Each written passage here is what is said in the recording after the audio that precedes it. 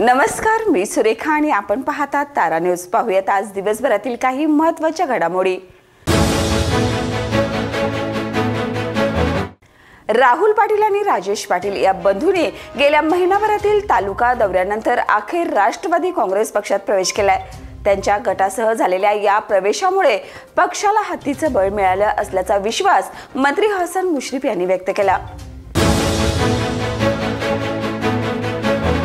राहुल पाटील आणि राजेश पाटील यांना आशीर्वाद द्यावे, अपशकुन करून अडथळा आणू नये असा थेट सल्ला मंत्री हसन मुश्रीफ यांनी आमदार सतेज पाटलांना दिलाय. फुटबॉल क्लबच्या वर्धापन दिनानिमित्त उभारलेल्या फलकावरून वाद निर्माण झालाय आणि रात्री 2 गटात तुफान दगडफेक, वाहनांची तोडफोड तर काही गाड्यांना पेटवण्याचा प्रयत्न झाला. पोलिसांच्या हस्तक्षेपानंतर परिसरात तणावपूर्ण शांतता आहे.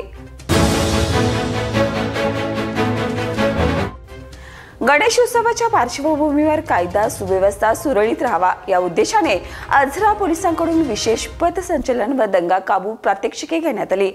नागरिकांमध्ये सुरक्षिततेची भावना निर्माण करण्यासाठी हा उपक्रम झालाय.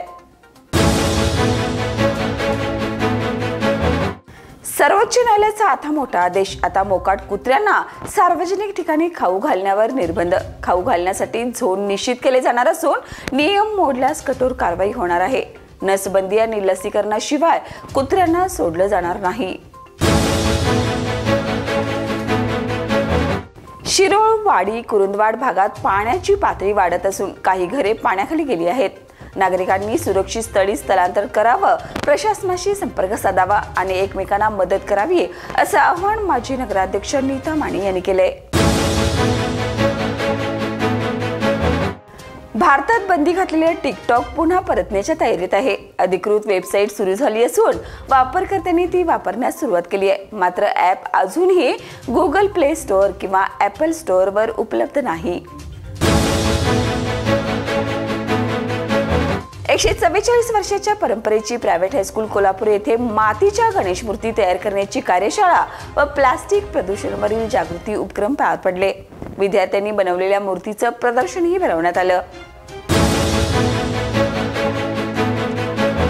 English medium school association Maharashtra राज्याच्या कोल्हापूर जिल्हा अध्यक्षपदी प्राचार्य के.डी. पाटील यांची एकमताने निवड झाली आहे. नुकत्याच झालेल्या राज्य कार्यकारिणी बैठकीत हा निर्णय घेण्यात आला.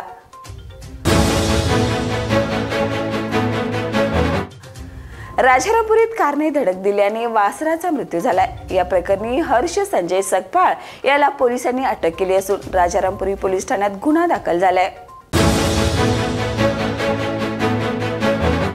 तर या होत्या आज दिवसभरातील काही महत्त्वाच्या घडामोडी. उद्या पुन्हा भेटूया नवीन बातमीपत्रासह. तोपर्यंत पाहत राहा तारा न्यूज.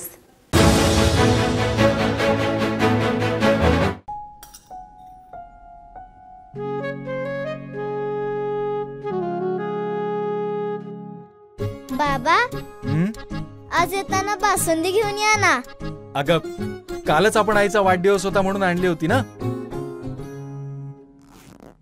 ऐकलं, गोकुळची बासुंदी पुन्हा खावीशी वाटतेय. खरं सांगू, मलाही खावीशी वाटतेय. पुन्हा पुन्हा खावीशी वाटणारी गोकुळ बासुंदी.